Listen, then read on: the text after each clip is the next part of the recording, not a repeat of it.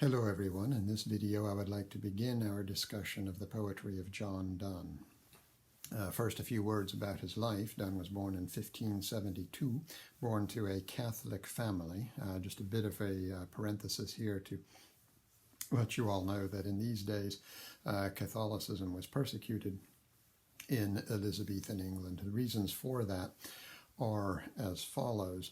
The Reformation, that is the Protestant Reformation on the continent of Europe, tended to be, at least at its inception, tended to be driven by genuine doubts about the Catholic faith, genuine religious conviction. In England, the Reformation was something different. If you'll recall, King Henry VIII wished to get a divorce, and the Catholic Church wouldn't grant him one, and so he declared himself head of the Church, the Catholic Church in England. No longer the Pope is the head of the Catholic Church in England, and for this reason, the Reformation, therefore, in England, that is the dissociation of the Church from the Catholic Church, was made because of a political decision by King Henry VIII. It wasn't, therefore, based primarily on matters of doctrine and teaching. And for that reason, the Church of England then going forward in the decades to come really was a bit amorphous in terms of its beliefs. What Queen Elizabeth tried to do, and her successors tried to do, was manage within the Church to hold together a number of disparate views.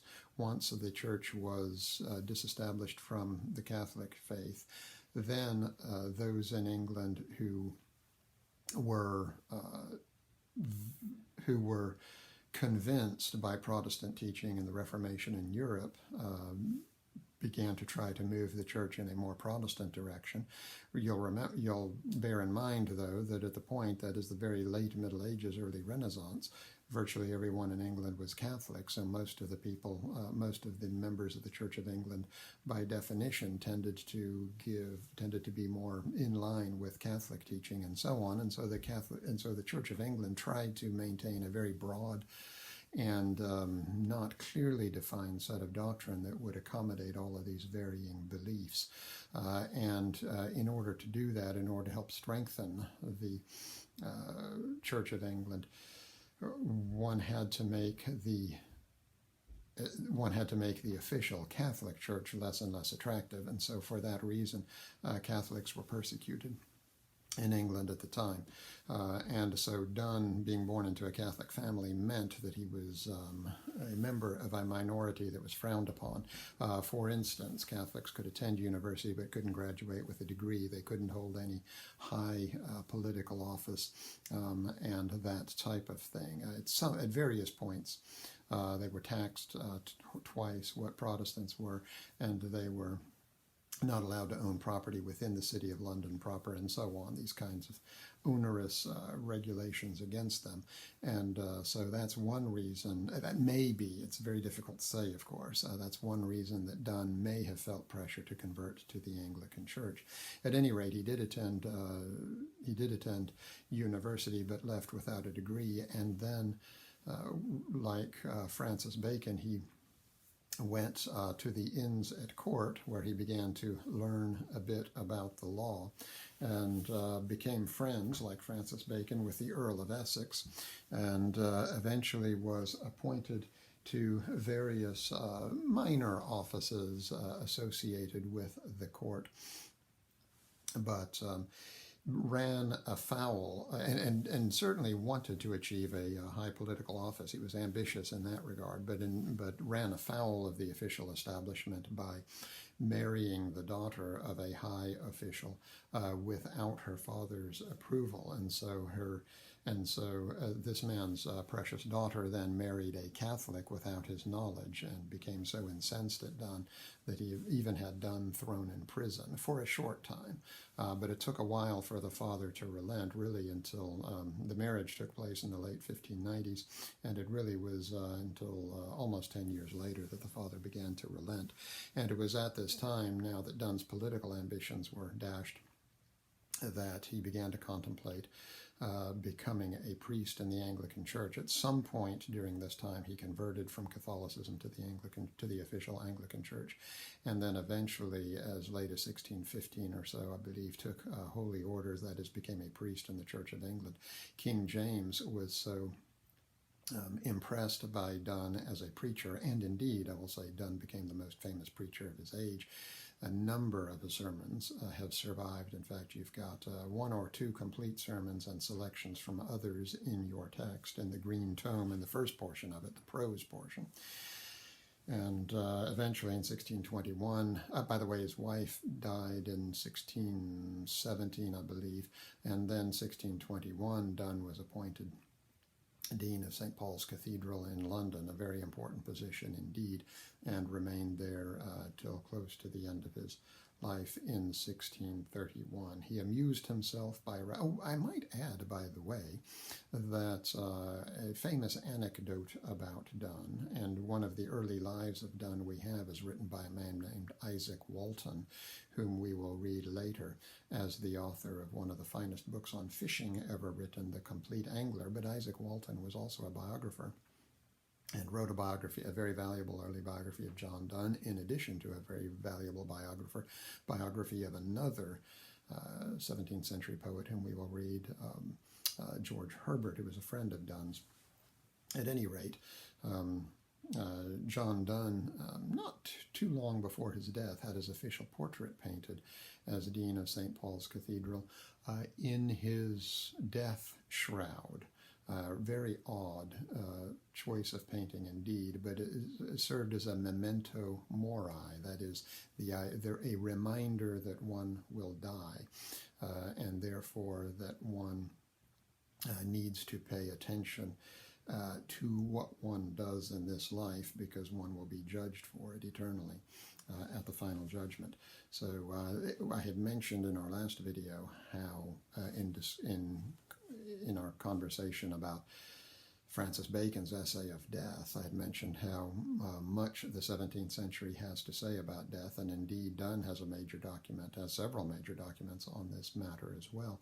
But the fact that he painted himself in his death shroud is a bit startling, and even for Donne's contemporaries. So I want to turn now to Donne's poetry, and as a bit of background, I'll say that Donne never published any poetry in his lifetime. His poets existed all in manuscript. The Latin word manus means hand, and scriptum means written, so a manuscript is written by hand, not published on a printing press.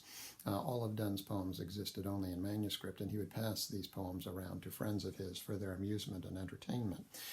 His poems were not published until 2 years after his death in 1633, when they were published in two main sections, one volume, but two main sections, the first of which is called the Songs and Sonnets, and we'll discuss selected songs and sonnets today. By the way, that's sonnets with one N, hence not the technical, some of these poems are sonnets in a technical sense, but not generally the technical sense that we think of when we say sonnet. That is a 14-line poem of cross-rhymed iambic pentameter. So the songs and sonnets, which are love poems, essentially lyric love poems, and then the second portion of this collected edition, and that is the divine poems, that is the religious poems. The general rule of thumb about Donne, this is hard to know for certain because none of the poems was published in his lifetime, but the general rule of thumb is that the songs and sonnets, that is the love poems, were written first, and then after he had his religious conversion and became a priest, that the religious poems followed. That seems to be generally a good rule of thumb to follow. It's very difficult to date many of his poems. There are some, for example, Good Friday, 1613, Riding Westward, which we can date with some certainty, but mostly not. The other main point I'd like to make about his poems before we actually begin diving into them, and that is the style in which Donne was writing. Donne is a very rare breed in this regard, that he essentially invented a new form of literature. Ben Jonson writes in a distinctive style at the beginning of the 17th century as well, but his style is a kind of revival or adaptation of the old classical ideal of clarity and simplicity, directness, and writing on public themes. And so he's heavily influenced by classical writers. Donne, on the other hand, is really creating something almost entirely new. There are some similarities to some things that are going on in Spain at the time Donne is writing and a little bit earlier, but by and large, Donne is a rare bird in that he creates something original and new. We call Donne's style of poetry metaphysical. That is an idea, that's a term that is taken from the late 17th century critic John Dryden, who says in his Life of Cooley that Donne affects the metaphysics. What do we mean by saying a writer is metaphysical, that John Donne in particular is metaphysical? Well, it means several things. First of all, and by the way, we're referring here originally to Aristotle's great philosophical work, the Metaphysics. So what do we mean when we say Donne is metaphysical? First of all, we mean this, that Donne's poetry tends to be highly philosophical. I mean, when Ben Jonson is saying, "Drink to me only with thine eyes," that's not a terribly difficult line to understand, and that kind of love poetry is fairly conventional and based largely in the senses. Donne's poetry is rather different. While he's capable of writing such poetry, nevertheless, his poetry is very rich in ideas, and very often even his love poetry tends to take on a rather philosophical cast. So first of all, his poems are intellectually serious. They're philosophical, and they tend toward the philosophical in nature. Secondly, his poetry can be very difficult. The metaphysics is really, up until you get to Heidegger, Kant and Heidegger, perhaps the most difficult work of philosophy, of Western philosophy. And Donne's poetry is also difficult to understand. I mean, when he says at the beginning of Good Friday, 1613, "Let man's soul be a sphere, and then in this, let man's soul be a sphere, and then in this the intelligence that moves devotion is," that is difficult to understand. What the heck does that mean? There are a number of lines like that in Donne's poetry. He is tough to understand. I mean, the poem that you have on your syllabus, A Nocturnal upon St. Lucy's Day, being the shortest day of the year, that's a very difficult poem to understand and very deeply philosophical. Rings the changes on the theme of nothingness. So being metaphysical means, first of all, that it is philosophical, that it can be very challenging to understand. And finally, being metaphysical means that the poems tend to be written around a central main idea called the metaphysical conceit. Conceit here, by the way, doesn't mean that one is arrogant, narcissistic, or self-interested, because conceit here is a variant of the word concept, the metaphysical concept, or the central idea of a poem, very often captured in a strange or bizarre image that is rather paradoxical. So, for example, one can, in love poetry, one can talk, for instance, about a garden of flowers, as Edmund Spenser does in one of his famous sonnets. One can talk about how the beloved is like a deer that is running through the wood. These kinds of things. These are sort of very standard images that we get in love poetry and comparisons that we get in love poems in the Middle Ages and the Renaissance. But when Donne compares two lovers to a compass, that device you used in 10th grade geometry to draw a circle, that's a strange comparison between the two. He uses that towards the end of his poem called A Valediction, Forbidding Mourning, that he and the beloved, presumably his wife, are like a pair of compasses, right? Joined at the top, joined by their minds, and her soul is the fixed foot which remains in place while he is on his travels.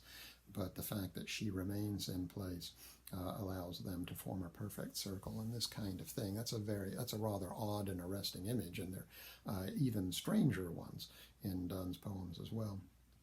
stranger than that. So that's the third component of definition of metaphysical that I would hold out. So metaphysical then meaning that it is intellect, that it is philosophical in nature, that it can be quite challenging to understand, and that the poem very often is built around a central idea which tends to be captured by a rather peculiar, startling comparison or image.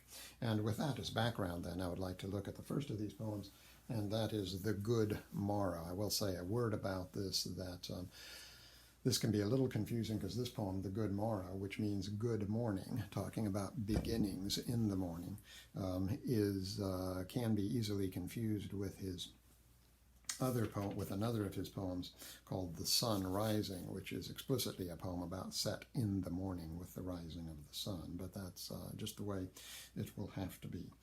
The Good Morrow. The Good Morrow is a poem, the conceit of which, or the concept of which, is that these two people in this relationship, the speaker and his beloved, are so deeply in love that they are like that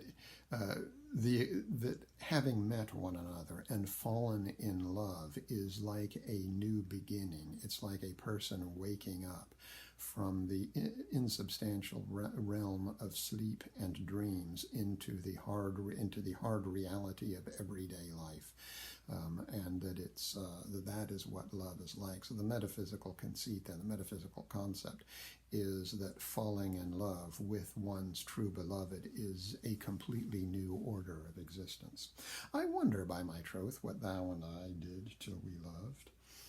Right? The idea that you can't even remember that this is such a life-changing event that you can't even really remember what you did before then. And perhaps you've had this experience that maybe a move from one place to another when you were young, or maybe the death of someone who's very close to you, or indeed falling in love, meeting another person, that it's difficult to remember what life was like before then. So decisive is this new relationship. Were we not weaned till then? Again, to be weaned is a child to be taken from the breast and put on solid food. Well, of course, nobody remembers what life was like when you were still on the breast. That happened too young.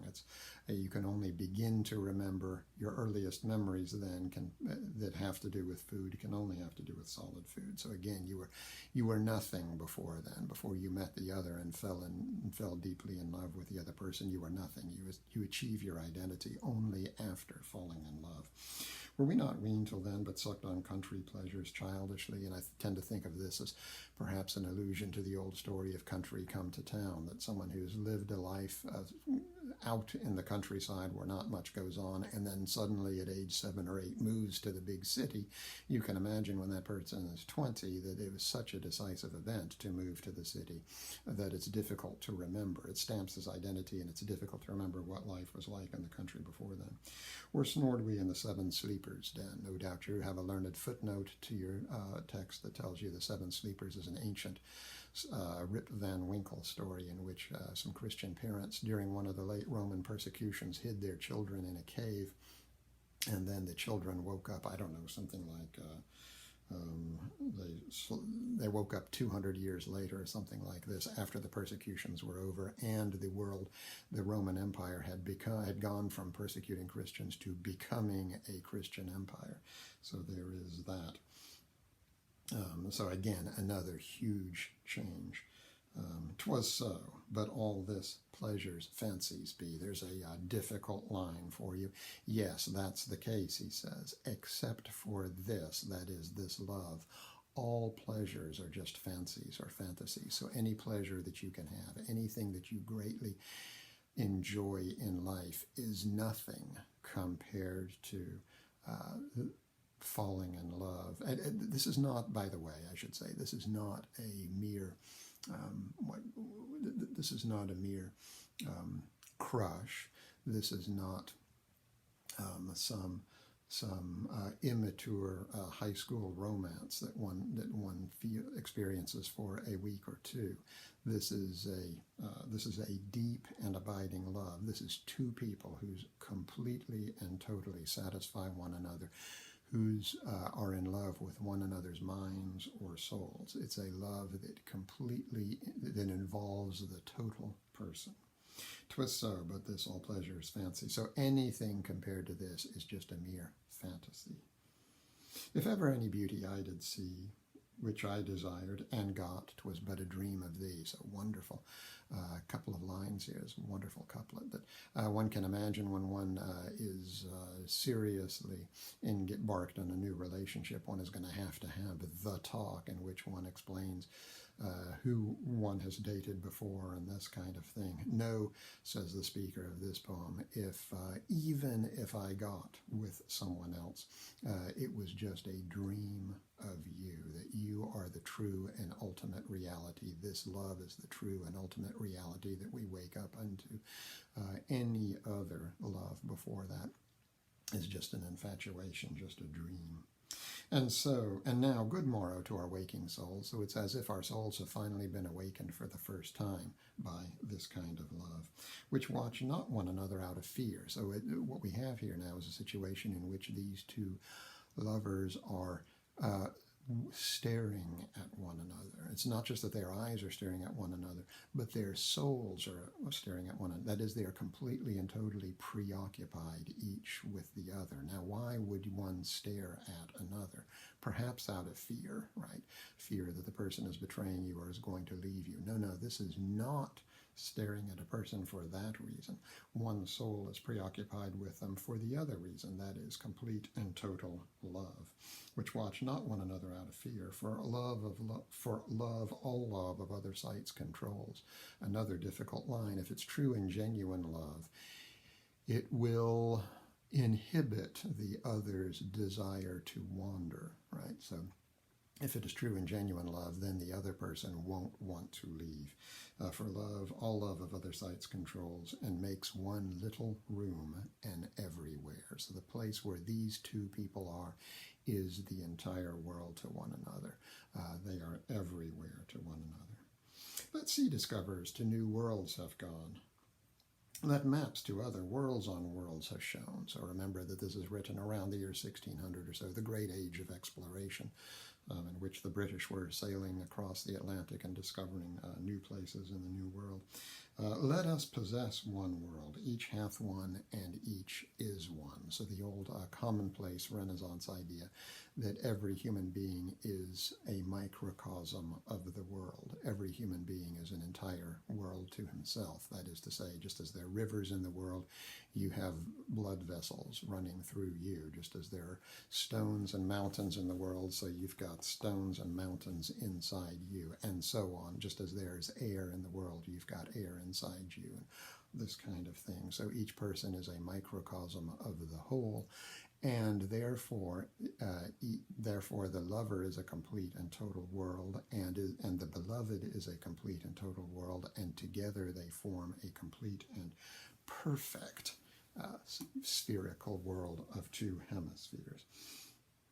My face in, so you see the point Donne is trying to make here, and that is that this kind of love is complete, is total, is self-contained, is a perfect kind of love. My face and thine and mine appears. Why? Well, if you are staring at the beloved, then the beloved's face appears in your line of vision. If you are very, very close to the beloved and staring in the beloved's eyes, then you can actually see your face reflected in the surface of the other's eye. So it means two things there. But again, the image here is of completeness and closeness and total attention on the other. And true plain hearts do in the faces rest. Where can we find two better hemispheres? Perhaps an allusion, and I strongly recommend that you read this if you have the time, Plato's dialogue, the Symposium, where these characters get together over the course of an evening and discuss love, what love is. One of the speakers, his view of love is that once upon a time we were all perfect spheres, and then something happened, let's call it the fall in the Garden of Eden, but some terrible catastrophe happened, each of us as a sphere was cut in two, and so we spend the rest of our lives now trying to find the other half of the sphere. And true plane, where can we find two better hemispheres without sharp north, without declining west? So in the real world, the problem with the northern hemisphere is that it gets awfully cold up there. And the problem with the western hemisphere is that's where the sun goes down when night comes on. But in our true and perfect love, these hemispheres are perfect and they fit together perfectly well. Whatever dies was not mixed equally. An allusion is to the ideas that we mentioned last time when we were discussing, actually 2 times ago when we were discussing Ben Jonson, the idea of the humors, that you have these 4 humors in your body, and if they are not perfectly mixed, that you begin to fall into ill health and you will eventually die unless you remedy that situation. Whatever dies was not mixed equally or perfectly. If our 2 loves be one, or thou and I love so alike that none do slacken, then none can die. So we have this complete, perfect, soul-satisfying love, and if it remains this perfect thing, then we will remain forever, and it will give life and health to us. A poem that's somewhat similar to this is The Sun Rising, but it's even more explicit in what Donne is talking about, Donne's view of love here. And by the way, this is the typical view of love that you get in the Songs and Sonnets. It's one reason we think of Donne as a metaphysical, i.e. a philosophical poet. This is, again, not Ben Jonson's rather conventional, drink to me only with thine eyes, and I will drink with mine. Here we have Donne talking about a love that is true, deep, and abiding, and soul-satisfying, and he talks about it in a philosophical kind of way when he invokes the notion of theories of medicine, and he invokes the notion of the shape of the universe, and so on. These are all reasons why we say that Donne is metaphysical. Here we come, then we come to his poem, The Sun Rising, which is a kind of aubade, which is an old medieval and Renaissance genre of lyric poem, which is about the rising of the sun and the beloved waking up. You can see this kind of thing in the, I think in the 2nd chapter of the Song of Solomon in the Old Testament. Arise, my beloved, and come, for the rains are over and gone, and so on, stirring a person to get out of bed and participate in love. But this poem, unlike the previous one, unlike the Good Morrow, in which the speaker is directly addressing the beloved, here you have the speaker directly addressing the sun. Busy old fool, unruly sun, why dost thou thus through windows and through curtains call on us? So here you have the speaker being awakened in the morning by the sun shining through the windows, and he's annoyed at this. He would much rather stay in bed, not for the reasons you and I would much rather stay in bed, because we're lazy and we don't want to get up in the morning. We'd rather snuggle in, but no, it's because he is in bed here with his beloved. And as we've seen in the previous poem, the kind of love that Donne is talking about is so total, so all-consuming, that it's completely satisfying, and he doesn't want to separate himself from it. Must to thy motions lovers' seasons run?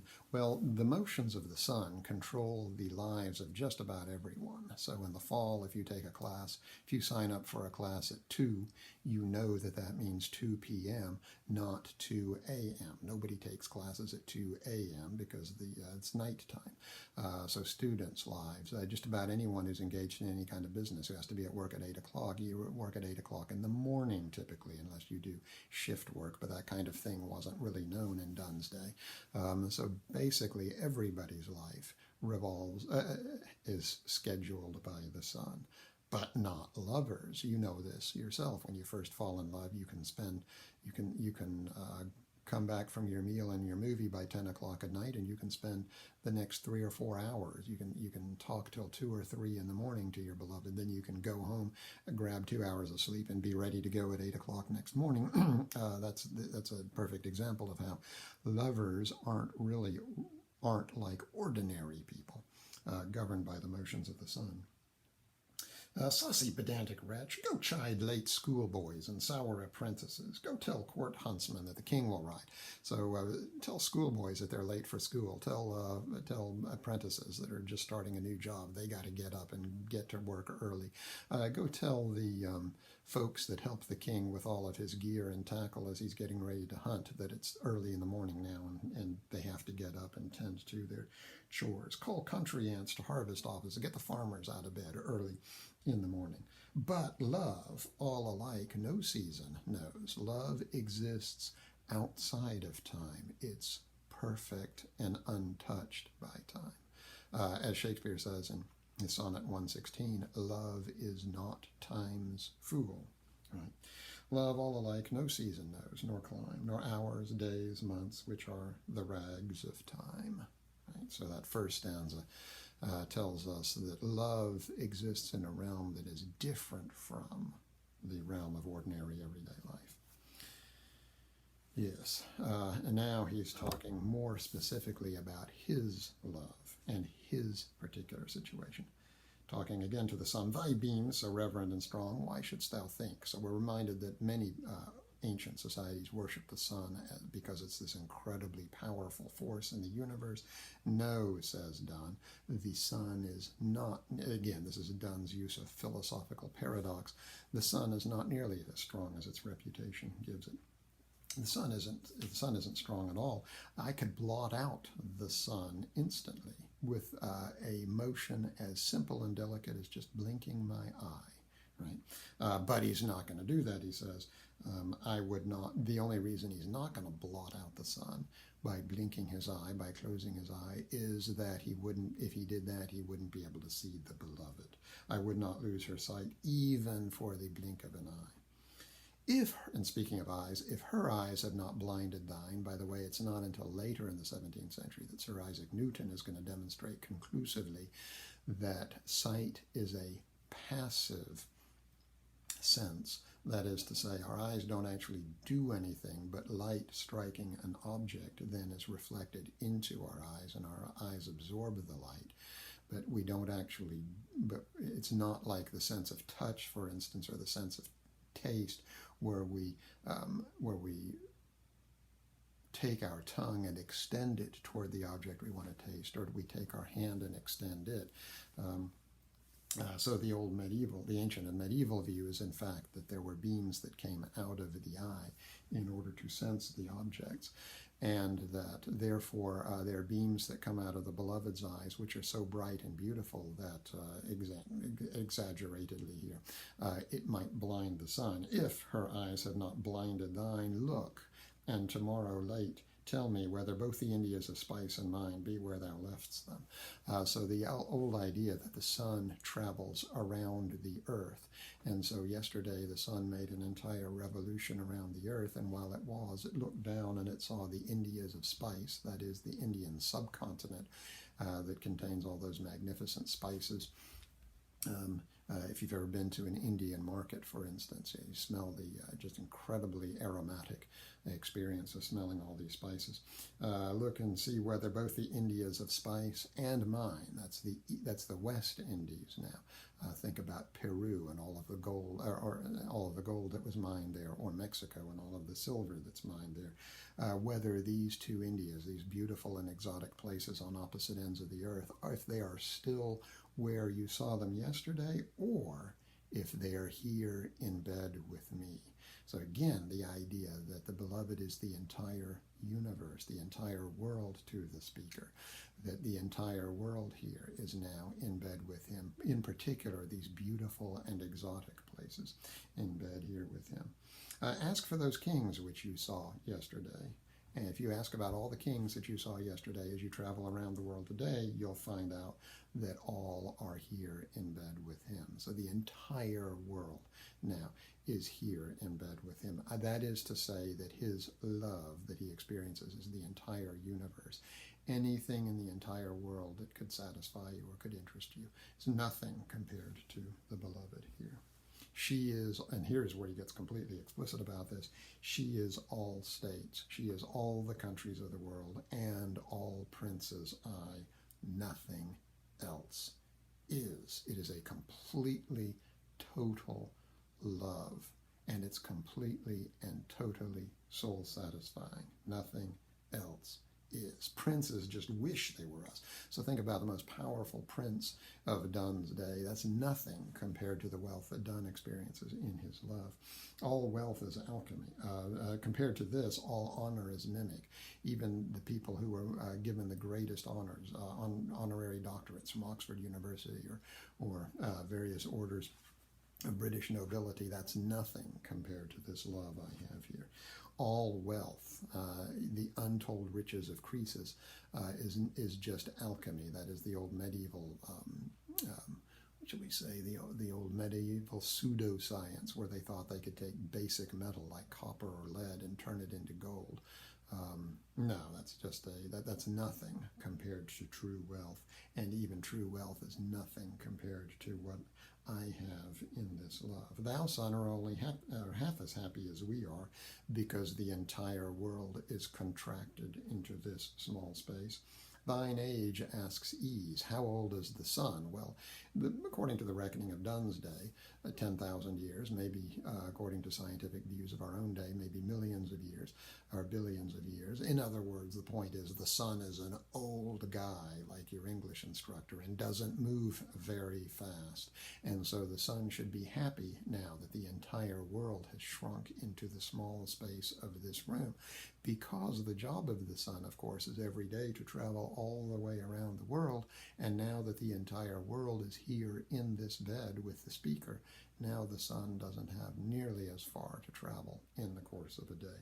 Thou, son, art half as happy as we, and that the world's contracted thus. Thine age asks ease. You're an old guy, and so you don't want to be engaged in physically vigorous activity. Thine age asks ease.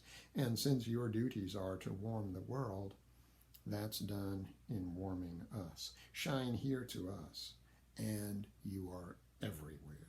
This bed thy center is, these walls thy sphere. So the sphere, we'll talk more about that in detail, but the course that the sun runs, the sun was believed to be stuck in the side of a sphere, and that sphere enclosed the earth and spun round and round the earth, carrying the sun with it. That is the walls of the bedroom, that the sun can march around and shine on the world. That is the center of the sun's attention, is that bed there, because the entire world is there with the speaker and his beloved. Another poem along these lines that I want to look at, famous love poem by Donne, don't want to spend as much time and read it in as much detail, is the Canonization. The Canonization is addressed to a person who is a bit annoyed that the speaker's in love, and all he can do is talk about his beloved, and is constantly obsessed with his beloved, and the speaker is saying, look, we don't need to quarrel about this. The most important thing to me in this life is my love, and no one is hurt or harmed by my love. He says, you can criticize me for lots of other things, for being too old, for not being successful in life, and so on. But as he says at the beginning of the second stanza, alas, alas, who's injured by my love? No one is hurt that she and I are in love. It's the third stanza that I want to pay particular attention to. He says here, and this cuts to the heart of what he means by the metaphysical conceit, the strange and arresting comparison. Call us whatever you want, call us what you will, we are made such by love. That is to say, you can compare us, these two lovers, to anything. Why is that? Well, I used to think when I was a student that John Donne's use of the metaphysical conceit, the strange and arresting image, like the sun rising and bothering people, the fact that the beloved is the entire globe there in the bed with him, that these odd peculiarities was something that Donne did as a kind of shtick to make his poetry recognizable. But I don't think that's the case at all. I think the point is contained, the hint is contained in these two lines. To make a comparison, to compare one thing to another, to compare my love to a rose, to take a conventional comparison, is to say that these two things are similar, right? And there's no objection to say my love is like a rose, to say these two things are similar. But that's exactly what love is. Love takes two different things. It takes this boy and this girl and brings them together as one being. So taking these two very different things and bringing them together as one, well, what is that but like a metaphor or a simile? A metaphor or simile is where you take two different things and bring them together. And so Donne is saying you can take any two, in these two lines, he's saying to his interlocutor, the person he's conversing with, he's saying you can take any two objects in the universe and compare them. That's like my love, right? Because we, no matter how different, we are one. Right? And so then he gives some examples of ways that you could compare them. Just at random, call her a fly, that is a moth. Well, okay, then we're like the candle and the moth, these two very different things that are drawn together, and so on and so on. He talks about in that poem.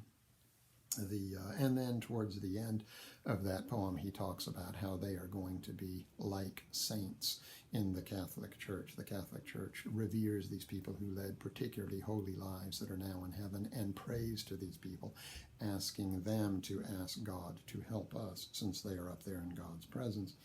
And so the same thing will happen to him. He and his beloved are well known for being, their love is so perfect and so wonderful that they're going to become the pattern of all future loves, and people will model their love after theirs.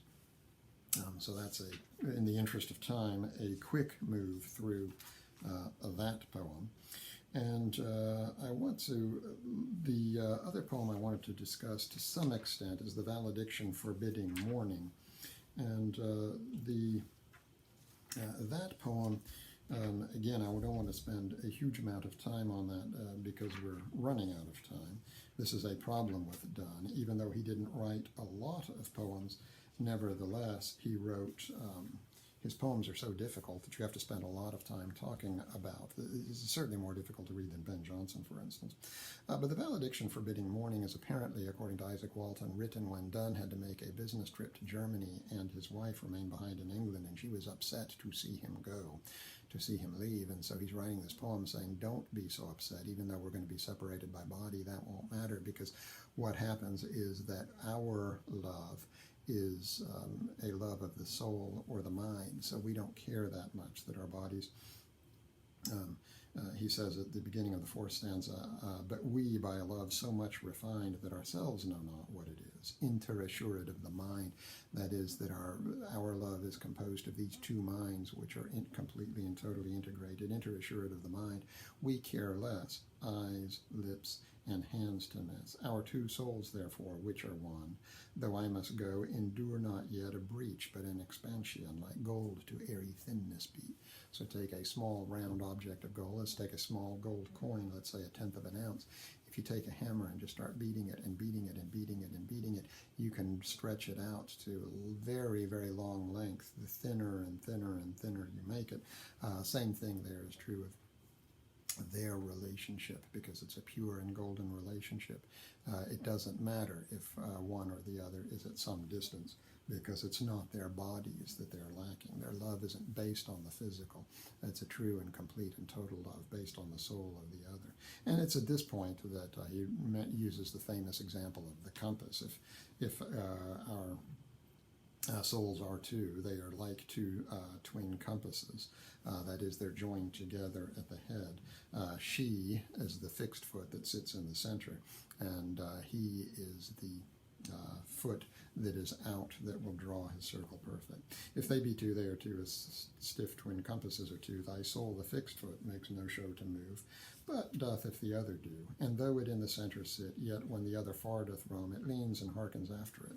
So just as you put the sharp point of the compass down at one spot, if you make your circle really wide, you will see that leg that's fixed in the center will lean after the leg to which the pencil is attached. It leans and hearkens after it and grows erect as that comes home. But as if your circle is of a narrower compass, then the two legs will stand more vertically then. Such wilt thou be to me, who must like the other foot obliquely run. I'm like the foot with a pencil in it, I have to go far. You will lean after me, but when I come home, then our compasses will stand more directly and it will help me draw a perfect circle, make me end where we began. And then finally, though I realize this is a long lecture, I want to look at the flea. The flea is probably the best example of Donne's use of metaphysical conceit, that is, the alarming and startling image and bizarre comparison. I do want to say a word of warning here. The kind of love that he discusses in the flea is not typical of the kind of love Donne is talking about. We've glanced at 4 poems now in the Songs of Sonnets: the Good Morrow, the Sun Rising, a Valediction forbidding mourning, and the Canonization. And all of these talk about a love which is complete and total, perfect, soul-satisfying, and so on. The flea is not that. The flea is much more conventional in that you have a guy here who is hitting on a girl and wanting sex with her. So this is not the complete, total, soul-satisfying type of love that he writes about in in most of the other love poems of the Songs and Sonnets. But what's arresting about this poem is that he encapsulates their relation. He compares their relationship, I should say, to a flea, the little animal that bites people. And he does this for several reasons. One is, at the beginning, is because the flea is so small. And she is objecting. She doesn't want to hop into the sack with him because she wants to preserve her virginity and she doesn't want to commit a sin and so on.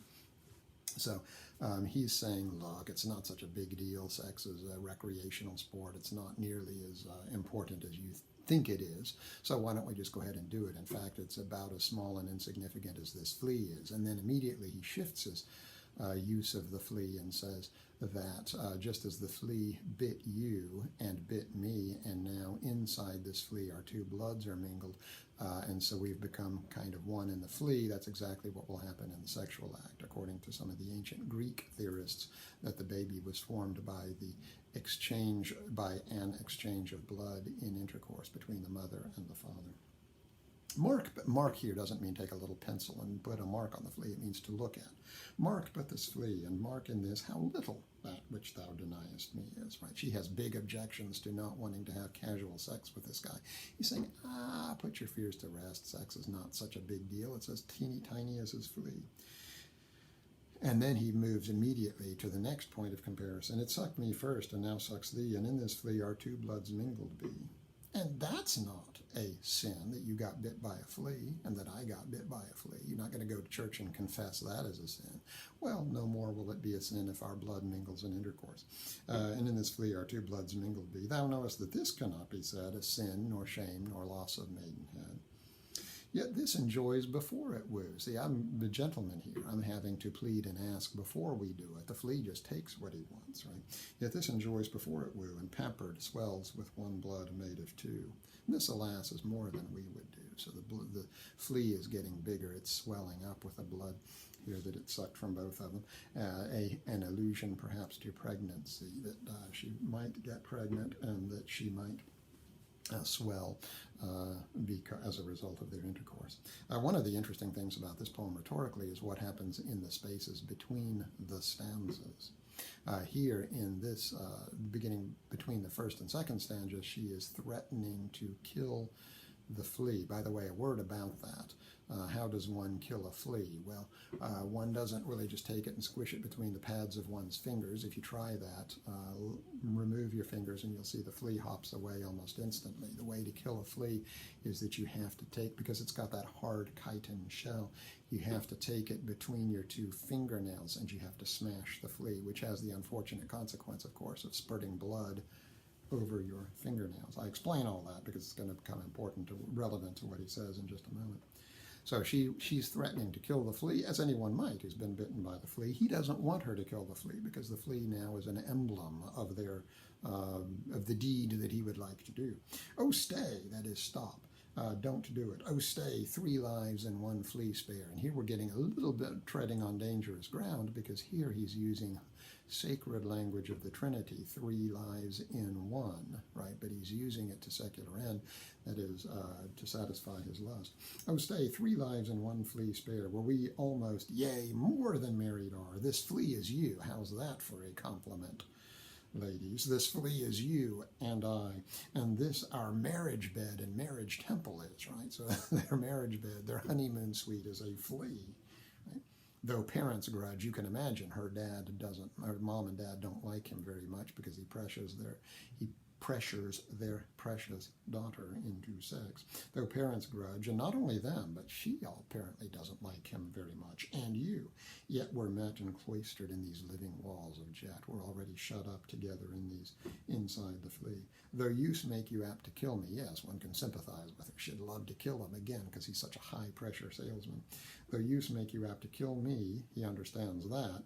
Nevertheless, don't commit suicide by killing the flea and shedding your own blood. Let not to that self-murder added be. And sacrilege, right? Taking something holy and making it profane. 3 sins in killing 3. And sacrilege, 3 sins in killing 3. Once again, an invocation of the Trinity here. And then between the second and third stanza, she has indeed smashed the flea between her fingernails. Cruel and sudden, hast thou since purpled thy nails and blood of innocence? Right, so she smashed the flea on her fingernails, and that's got that red blood onto her fingernails. Purpled thy nails and blood of innocence. Again, an allusion to Christ on the cross. Those nails, a different kind of nail, not a fingernail, but a nail that was used to affix people to the cross, was purpled in Christ's innocent blood. Cruel and sudden, hast thou since purpled thy nail and blood of innocence? Wherein could this flea guilty be, except in that drop which it sucked from thee? Yet thou triumphst and sayest that thou find'st not thyself the weaker now, right? He's been urging that he and she are both alive in this flea, and so she says, that's not true. She kills the flea and says, see, I don't feel any weaker. I'm not really alive in that flea. I don't feel any different for having killed that flea. And he says, yes, that's true. That's because there's just a teeny tiny little drop of you inside that flea, and that's all the honor, that's all the sin you'll commit in sleeping with me. It's just a teeny tiny little insignificant amount. 'Tis true, then learn how false fears be. Just so much honor when thou yieldst to me will waste as this flea's death took life from thee. So again, rhetorically, just fantastic poem. Insistent push, just very, very cleverly and wittily done. And that very interesting and bizarre comparison, which illustrates what he was saying in the Canonization, that you can compare lovers to anything. You can take the 2 most random objects in the universe and you will find some point of comparison between them. And that's Donne's point, just like you can take that 2 people can be very different and yet come together in love. So you can describe them by taking any 2 objects and finding some point of comparison between them. So thus much for our discussion of the songs and sonnets. I do want to begin our discussion of Donne's religious poems, rather perhaps paradoxically, by looking at another of the songs and sonnets, and that is the Nocturnal upon St. Lucy's Day next time, and then we'll dive into some of the divine poems.